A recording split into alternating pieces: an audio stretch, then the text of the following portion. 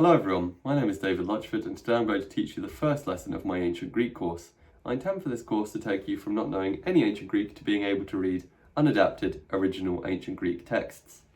We're going to start with the Greek alphabet. Now, note that you won't be able to pronounce every word in Ancient Greek just by learning the alphabet. You have to learn a bit more than that. And so I've created the first 6 lessons of this course to teach you how to pronounce any Ancient Greek word that you might come across. So don't just watch this lesson, watch the next 5 lessons as well to be able to pronounce any Ancient Greek word that you come across. The Greek alphabet consists of 24 letters. It consists of 17 consonants and 7 vowels. It is the alphabet that modern Greeks use today. However, the pronunciation of the letters has changed quite a lot in 2,000 years. The pronunciation I'm about to teach you is the Ancient Greek pronunciation, okay? So whatever you do, do not try using this pronunciation in modern Greece because people have no idea what you're trying to say. Without further delay, let's look at the first letter of the alphabet, alpha. You can see I've put the uppercase form of alpha on the left and the lowercase form of alpha on the right. In ancient Greek texts, uppercase forms are used much more rarely than they are in English. In the actual body of an ancient Greek text, an uppercase form is only used at the start of a proper name. So for example, Socrates would have a capital sigma at the start. Plato would have a capital pi at the start. Other than that, in the body of the text, lowercase forms are used everywhere else. However, there is one place outside of the body of the text where capitals appear, and that is when you see the title of the text at the top of the page and the author's name, these are entirely capitalized in ancient Greek, so you do need to know the capital forms as well. Moreover, fun fact for you here, in manuscripts and inscriptions, only capital forms are used. Okay? They didn't have the lowercase forms in manuscripts and inscriptions. But in the nicely edited Greek text we have today, in the body of the text, it's all lowercase forms apart from at the start of proper names. And you also see capitals, like I said, in the title of the text and in the author's name at the top of the page. Other than that, lowercase forms are used. So for instance, when they start a new sentence in ancient Greek, don't expect to see a capital. They don't do that like we do in English. Without further delay, let's talk about alpha. Alpha is a vowel, and it can be either short, pronounced as in cup or away, or it can be long, pronounced as in father. So long alpha is Now look, I'm being brave enough to make these phonetic noises at the camera, so I hope you are practicing at home as well, you know. Anyway, alpha looks like our English letter A, so that is helpful, right? You know it's a vowel, and remember if it's short, it's pronounced if it's long, it's pronounced In this course, if alpha is long, I will mark it with this line here called a macron. Macron in ancient Greek literally means long thing, and the name of the diacritic is macron. It's called a macron, and it's used to indicate that vowels are long. So I will put a macron over an alpha if it's long in this course, otherwise I will leave it without a macron like this. So if you see alpha like this, pronounce it as If you see it like this, pronounce it as You might be wondering what this is about here. This has what's called a breve. A breve is used to indicate a vowel is short. I will not put breves over alphas in this course. However, it's good for you to be able to recognize it and know that the breve is used to explicitly indicate that a vowel is short. Without further delay, let's look at the second letter of the Greek alphabet, beta. Beta is a consonant pronounced b. And it looks like our English letter B, which is helpful. Just note that the lowercase form has a part that goes subscript, okay? This part of beta goes beneath the line, so be aware of that. The next letter is gamma. Gamma is a consonant pronounced as a hard G. It's pronounced G, as in good. G. There is an exception to this. In fact, there are 3 exceptions to this, and I talk about them in lesson 5. So make sure you check out lesson 5 to know when gamma is not just pronounced like G, but is pronounced in a different way. The next letter of the Greek alphabet is delta. Delta is pronounced as a clean D sound, D, as in dot. Some textbooks will tell you should pronounce it like the French letter D, with your tongue on your teeth. However, I put my tongue behind my teeth. I don't care where your tongue is when you're pronouncing delta. As long as it's a clean D sound, that's absolutely fine. Okay? D. D. The textbook I used, in fact, to learn ancient Greek, Jack's Reading Greek textbook. It's fantastic. Highly recommend it. Teaches you that delta is a clean D, as in dot. So that's what I've stuck with. You know, I don't bother with this teeth pronunciation. But anyway, either's fine. Either's fine. Delta, D, as in dot. Note that the capital of delta looks like a triangle. You can remember that by thinking that triangles are delightful. Get it? Because the del is similar to delta, you know. So triangles are delightful. D, D. And the lowercase form looks like our letter D as well, which is helpful. Anyway, the next letter is a vowel, epsilon. Epsilon looks like our letter E, and it is in fact pronounced like a short E. E, as in get. Epsilon, E, as in get. E, E. The next letter is a consonant named zeta. Zeta looks like our letter Z, but it is not pronounced just like Z. It is pronounced zd, as in wisdom. Zd, zd, zd. The next letter is eta, which is a vowel pronounced air, air, air. I know in the capital form it looks like H. It is not pronounced like H. It is pronounced air, air, air. Some people call these letters zeta, eta, and you know, beta instead of beta. You can pronounce the names of the letters however you want in English. What we're learning today is the pronunciation in ancient Greek, okay?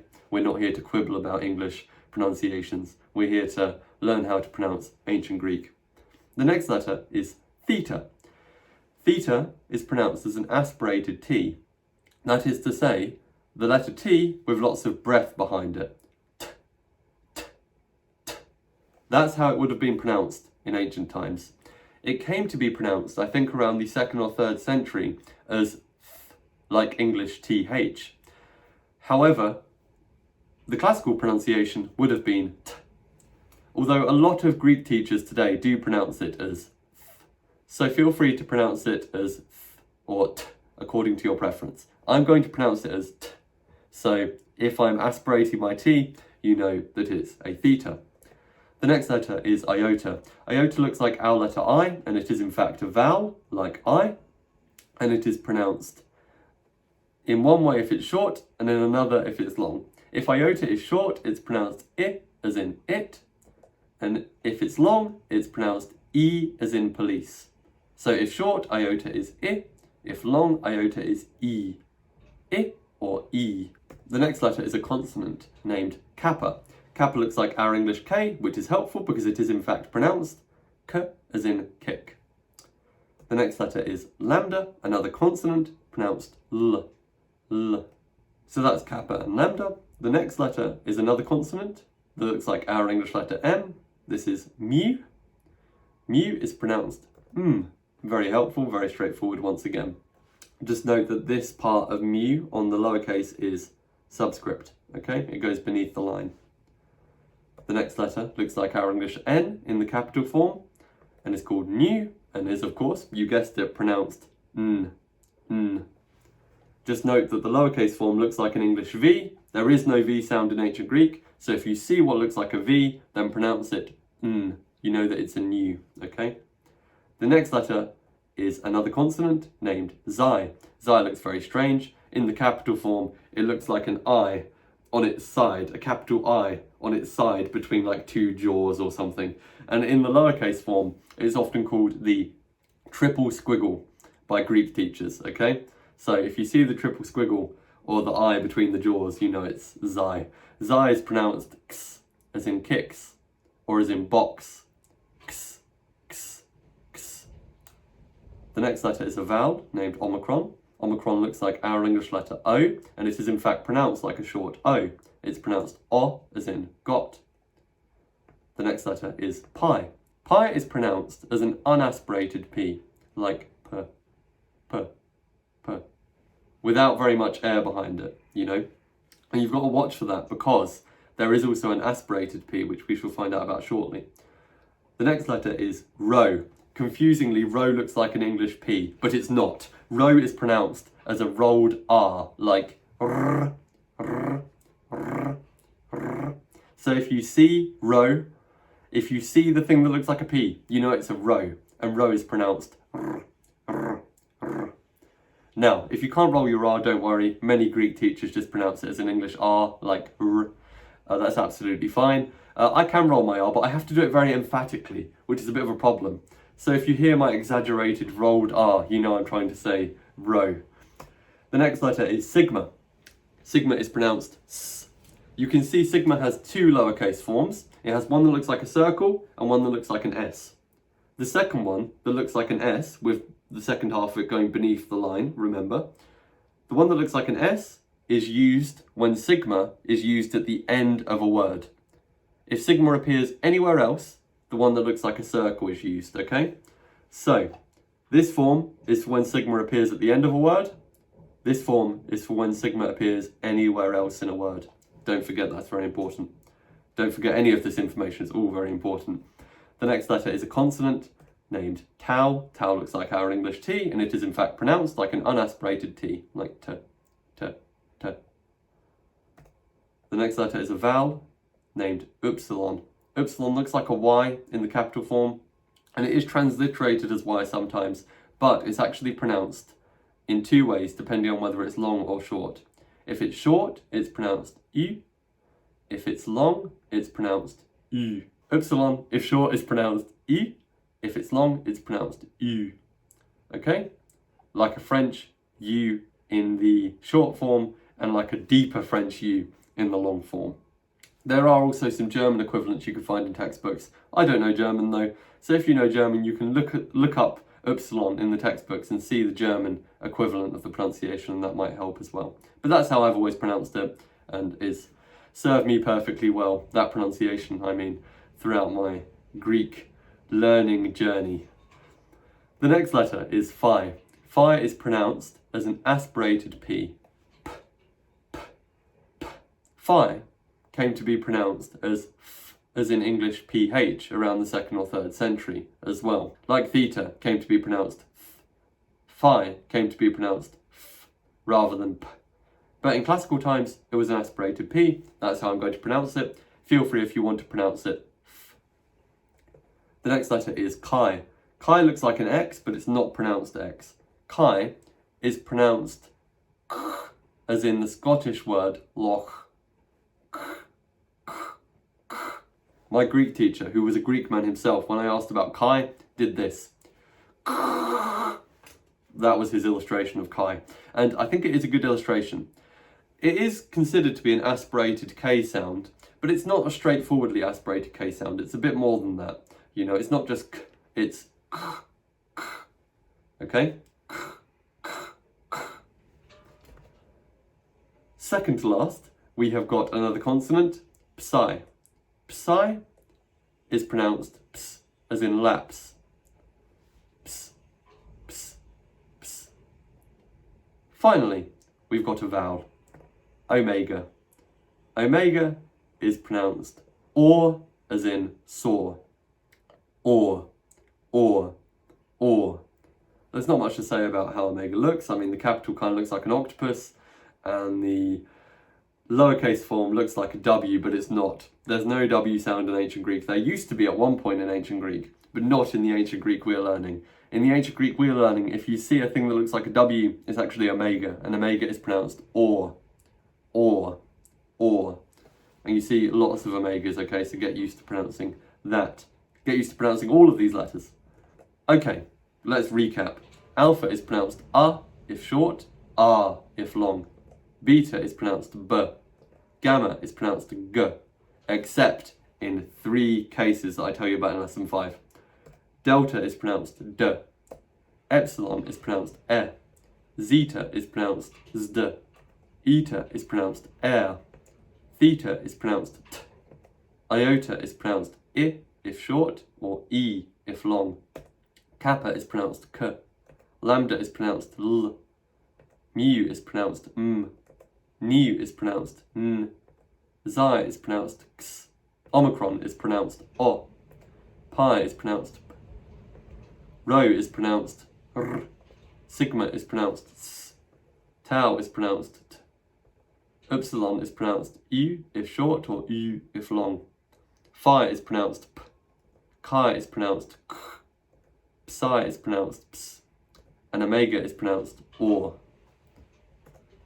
So, you have got 7 vowels: alpha, epsilon, eta, iota, omicron, upsilon, and omega. And don't forget that alpha can be long, pronounced R, iota can be long, pronounced E, and upsilon can be long, pronounced U.